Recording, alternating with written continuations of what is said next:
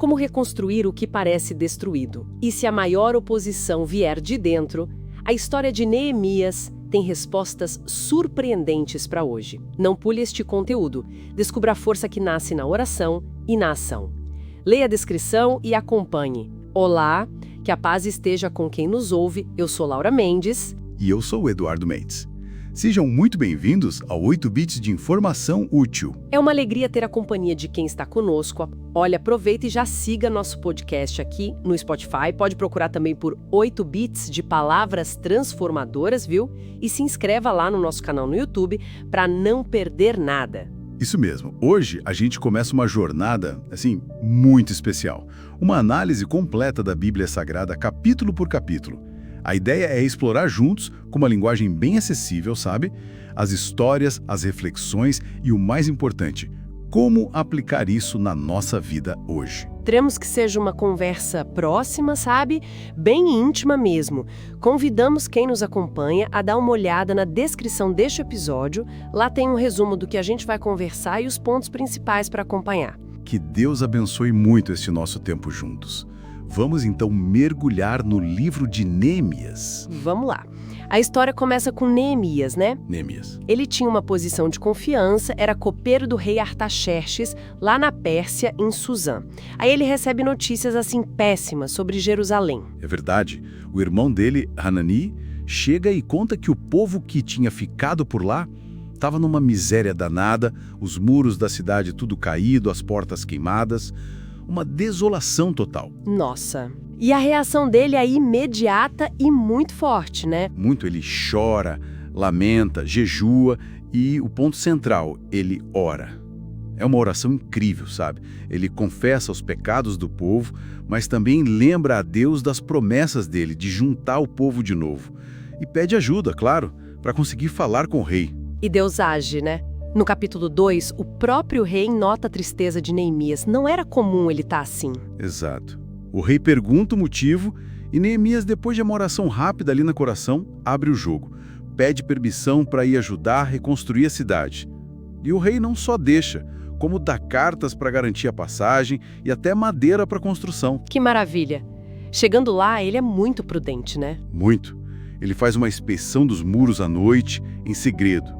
Primeiro ele avalia tudo, para só depois chamar o pessoal, contar o plano, mostrar que Deus estava abençoando e aí sim convocar. Vamos levantar e construir. E o povo topa, mas a oposição já começa ali mesmo, né? Sanbalate, Tobias. Já começam a zombar, acusar de rebelião, mas Neemias responde com fé. Aí o capítulo 3 é fascinante. Mostra a organização, é quase um mutirão, né? Exato. Cada família, cada grupo sacerdotes, pessoal de Jericó, ourives, pegam um pedaço do muro, uma porta específica, porta das ovelhas, porta do peixe. É um esforço conjunto impressionante. Mas a oposição não para. Pelo contrário, piora no capítulo 4. Piora muito. As zombarias viram ameaças sérias de ataque, e aí começa a bater um desânimo interno também, né? O pessoal cansado, tem muito entulho, os inimigos planejando atacar. É aí que a liderança de Neemias se destaca de novo, né? Com certeza. Ele primeiro ora, depois organiza a defesa, coloca guardas dia e noite e arma os trabalhadores. Aquela imagem clássica, uma mão na ferramenta, a outra na espada ou na lança. E um toque de trombeta para alertar todo mundo se houvesse ataque. Foco total na obra e na vigilância. E como se não bastasse a pressão de fora, surge um problemão interno no capítulo 5. Pois é. O pessoal mais pobre começa a clamar contra os irmãos judeus mais ricos. Estava rolando exploração, empréstimos com juros absurdos, gente perdendo terra, tendo que dar os filhos como servos. Que situação! E Neemias? Fica indignado.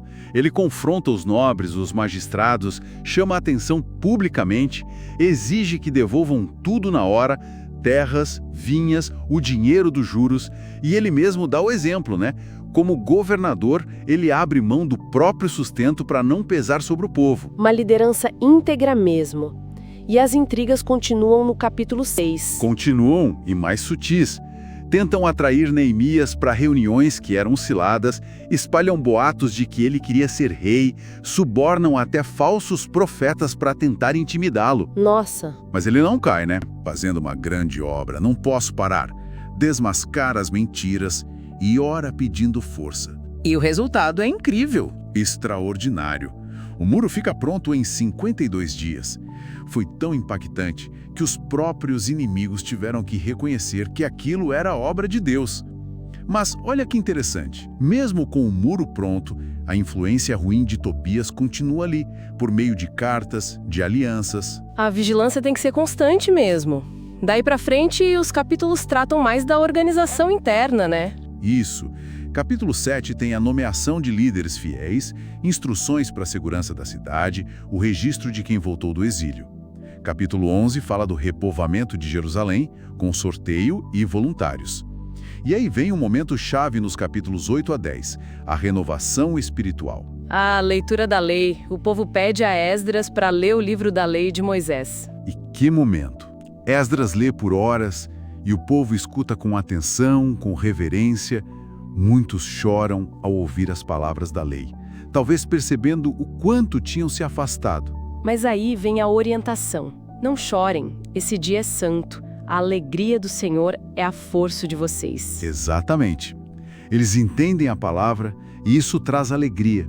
Eles até redescobrem e celebram a festa dos tabernáculos, que não era celebrada daquele jeito há muito tempo. Depois tem uma assembleia solene, com jejum, confissão dos pecados deles e dos antepassados, e uma oração linda recontando a história de Israel, a fidelidade de Deus e a infidelidade do povo. E culmina numa aliança, num compromisso firme de andar na lei de Deus, né? Isso. Eles selam um pacto, se comprometendo a não casar com estrangeiros, guardar o sábado, sustentar o templo com dízimos, ofertas, lenha, um compromisso bem prático. E depois de toda essa reconstrução física e espiritual, tem a festa no capítulo 12, a dedicação do muro, uma celebração linda, com 2 grandes coros andando sobre o muro, muita música, sacrifícios, uma alegria tão grande que se ouvia de longe, um marco da vitória e da bênção de Deus. Mas a história não acaba aí, né? O capítulo 13 mostra que Neemias precisou voltar e fazer mais reformas. Pois é. A vigilância continua sendo necessária. Ele volta depois de um tempo e encontra problemas sérios. Aquele Tobias, o inimigo, tinha ganhado uma sala dentro do próprio templo. Os levitas tinham sido abandonados, sem sustento, e voltaram para suas terras.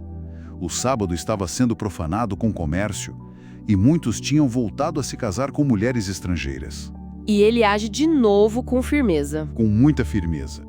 Expulsa Tobias do templo, repreende os líderes, restaura o dízimo para os levitas, fecha as portas da cidade no sábado para impedir o comércio e confronta duramente quem tinha feito o casamento misto, lembrando o pecado de Salomão.